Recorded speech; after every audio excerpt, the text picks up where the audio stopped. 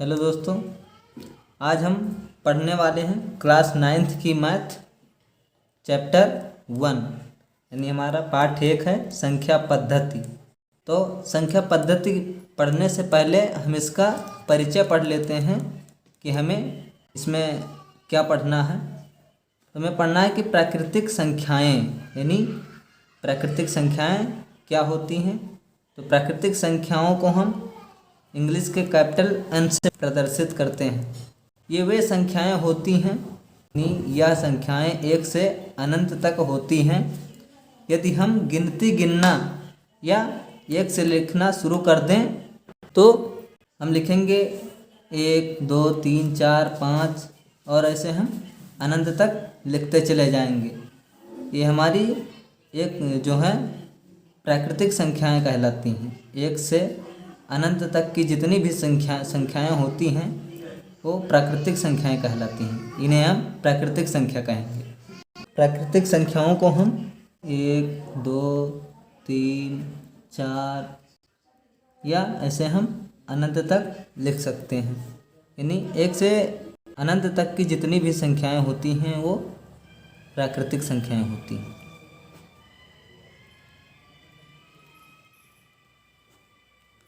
अब हम देखते हैं कि पूर्ण संख्याएं क्या होती हैं। पूर्ण संख्याओं को हम इंग्लिश के कैपिटल W से प्रदर्शित करते हैं। ये वे संख्याएं होती हैं कि यह संख्याएं 0 से अनंत तक होती हैं। जो प्राकृतिक संख्याएं हैं वो 0 से अनंत तक होती हैं। यदि हम इन्हें लिखेंगे तो 0 1 2 3 4 5 या अनंत तक लिखेंगे। यानी पूर्ण संख्याओं को हम 0 1 2 3 4 ऐसे हम अनंत तक लिखेंगे। या हम कह सकते हैं कि वे प्राकृतिक संख्याएं जिनमें हम 0 1 2 3 4 यानी प्राकृतिक संख्याओं में हम अगर 0 लगा दें तो वे हमारी पूर्ण संख्याएं हो जाती हैं। तो यह पूर्ण संख्याएं हो जाती हैं। हम देखते हैं कि पूर्णांक को हम कैपिटल Z से प्रदर्शित करते हैं। सभी पूर्ण संख्याएं तथा ऋणात्मक संख्याएं 0 के साथ मिलकर पूर्णांक बनाती हैं। कि जितने भी हमारी संख्याएं हैं सभी पूर्ण संख्याएं तथा ऋणात्मक संख्याएं यानी जो हमारी पूर्ण संख्याएं हैं, पूर्ण संख्या हमारी 0 1 2 3 4 या अनंत तक तथा ऋणात्मक संख्याएं और हमारी जो ऋणात्मक संख्याएं हैं जैसे -1 -2 -3 या 1 2 3 4 ये हमारे सभी पूर्णांक हो गए। पूर्णांक और ये अनंत तक होती हैं यानी 0 के साथ मिलकर पूर्णांक बनाती हैं। जैसे -3 -2 -1 0 1 2 3 और ऐसे अनंत तक की जितनी भी संख्याएं होती हैं वो पूर्णांक कहलाती हैं। पूर्णांक 2 प्रकार के होते हैं, एक धनात्मक पूर्णांक और दूसरा है ऋणात्मक पूर्णांक। तो धनात्मक पूर्णांक हमारा क्या होता है? धनात्मक पूर्णांक जैसे 4 हो गया, 5 हो गया, 6 हो गया, 7 हो गया, ये हमारे धनात्मक पूर्णांक हैं। और ऋणात्मक पूर्णांक हमारा हो गया जैसे -3 हो गया, -4 हो गया, -5 हो गया, -6 हो गया, ये सभी हमारी ऋणात्मक पूर्णांक हैं। अब हम देखते हैं कि अभाज्य संख्याएं किसे कहते हैं। अभाज्य संख्याएं 1 से बड़ी वे प्राकृतिक संख्याएं जो 1 या स्वयं के अलावा किसी और से विभाजित न हो। यानी ऐसी संख्याएं जो 1 से बड़ी हों या जो 1 या स्वयं के अलावा किसी से विभाजित नहीं होती हैं। एग्जाम्पल में है 2 3 5 7 11 13 यानी ये सभी हमारी अभाज्य संख्याएं हैं जो स्वयं से और या 1 से विभाजित होती हैं। जैसे हम देख लेते हैं हमारा 2 है, जो तो हमारा 2 है या 1 या स्वयं से कटेगा। 3 है तो हमारा जैसे 3 है तो 3 एकम 3 और 3 एकम 3 हो गया। 5 है तो 5 एकम 5 या 5 से विभाजित होगा। ऐसे भी हमारी जितनी 2, 3, 5, 7, 11, 13 ये जितनी भी संख्याएं होती हैं ये अभाज्य संख्याएं कहलाती हैं। अब देखते हैं कि भाज्य संख्याएं किसे कहते हैं। भाज्य संख्याएं एक से बड़ी वे प्राकृतिक संख्याएं जो एक या स्वयं के अलावा किसी और से विभाजित हो जाएं। यानी एक से बड़ी जितनी भी प्राकृतिक संख्याएं हैं जो एक या स्वयं के अलावा किसी से विभाजित नहीं होती हैं।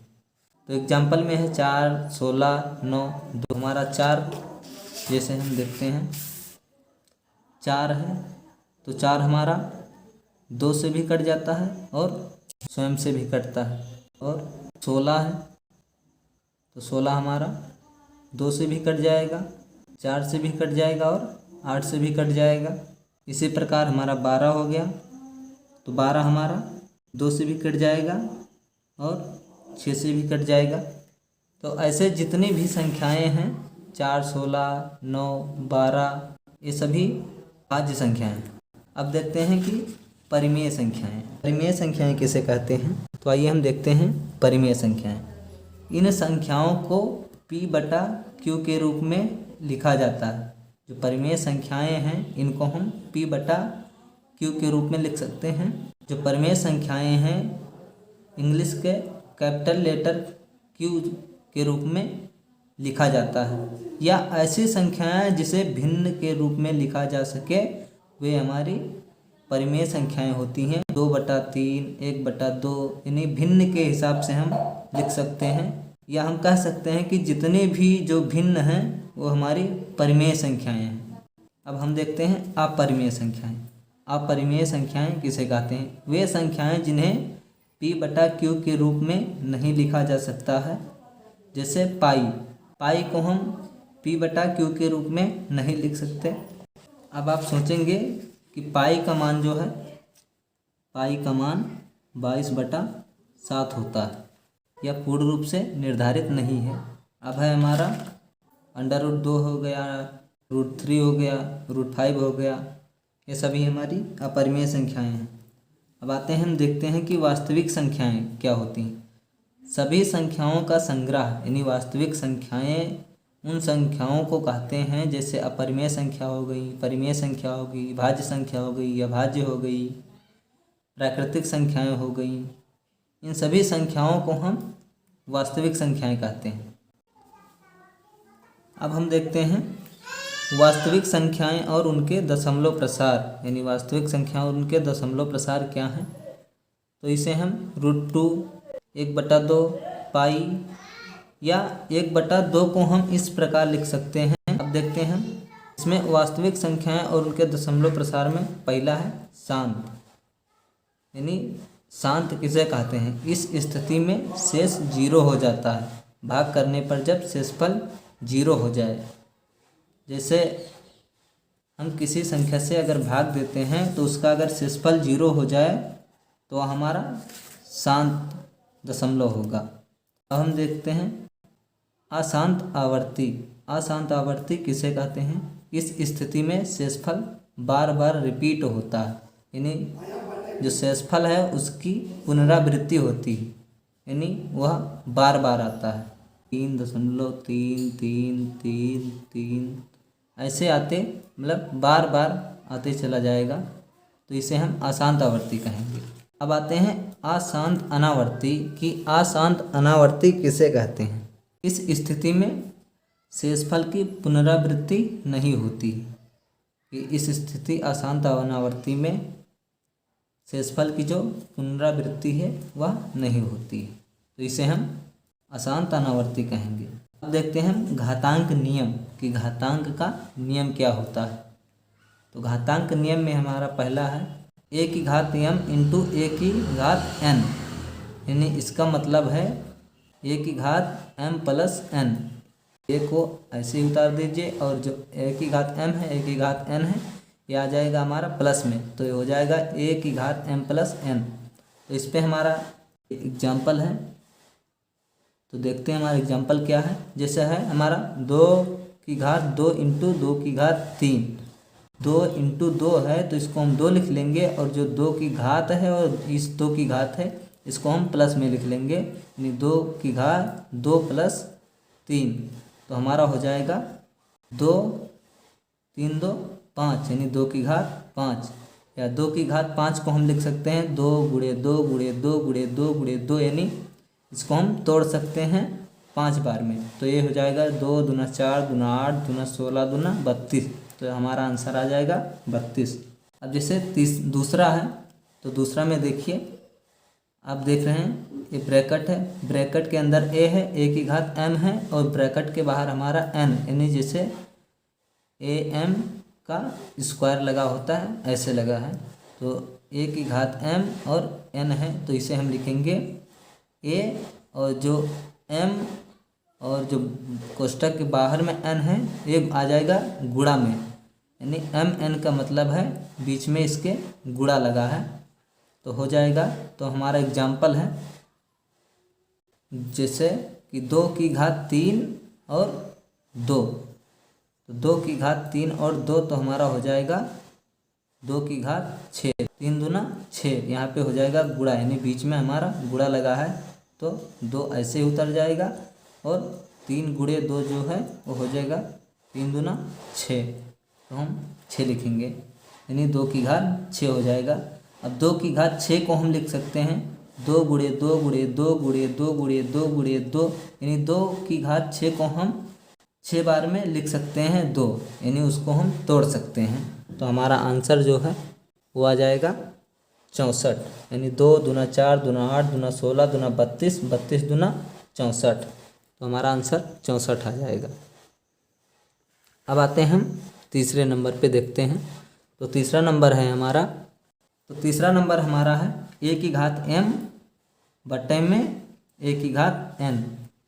a की घात m बटे में a की घात n का मतलब है कि a की घात m और a की घात n है, तो इसको हम जो 2 a हैं एक a लिख लेंगे, और जो m और n बटे में है तो a माइनस में चला जाएगा, यानी a m है जो a बटे में है, अगर हम इसको इधर लेके जाएंगे तो ये माइनस में चला जाएगा, तो a की घात m माइनस n हो जाएगा।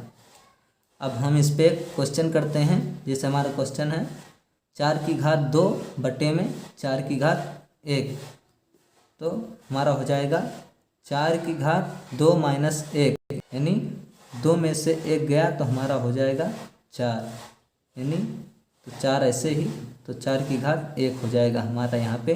तो 1 लिखें या ना लिखें इससे कोई मतलब नहीं होता, यहाँ पे 1 छिपा होता है।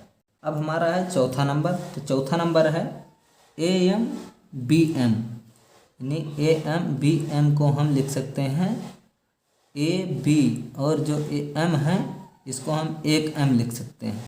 तो हमारा इस पर एक क्वेश्चन और है, तो क्वेश्चन है 5 की घात 3 गुणे 3 की घात 3, यानी am गुणे bm लिखा है। ये जो a b है इसके बीच में गुणे का निशान लगा है, और am, तो हमारा हो जाएगा 5 की घात 3 गुणे 3 की घात 3, तो हमारा हो जाएगा 5 तिया 15, तो 15 ऐसे लिखेंगे, और जो 3 इस पे घात लगा है और 3 इस पे घात लगा है तो ये 1 3 हो जाएगा। जो 2 3 है ये 1 3 हो जाएगा।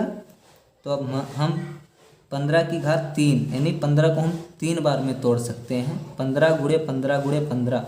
तो आप देख रहे हैं कि 15 गुणे 15 गुणे 15 गुणा करेंगे इनका तो आपका आ जाएगा 3375, ये आपका आंसर हो जाएगा।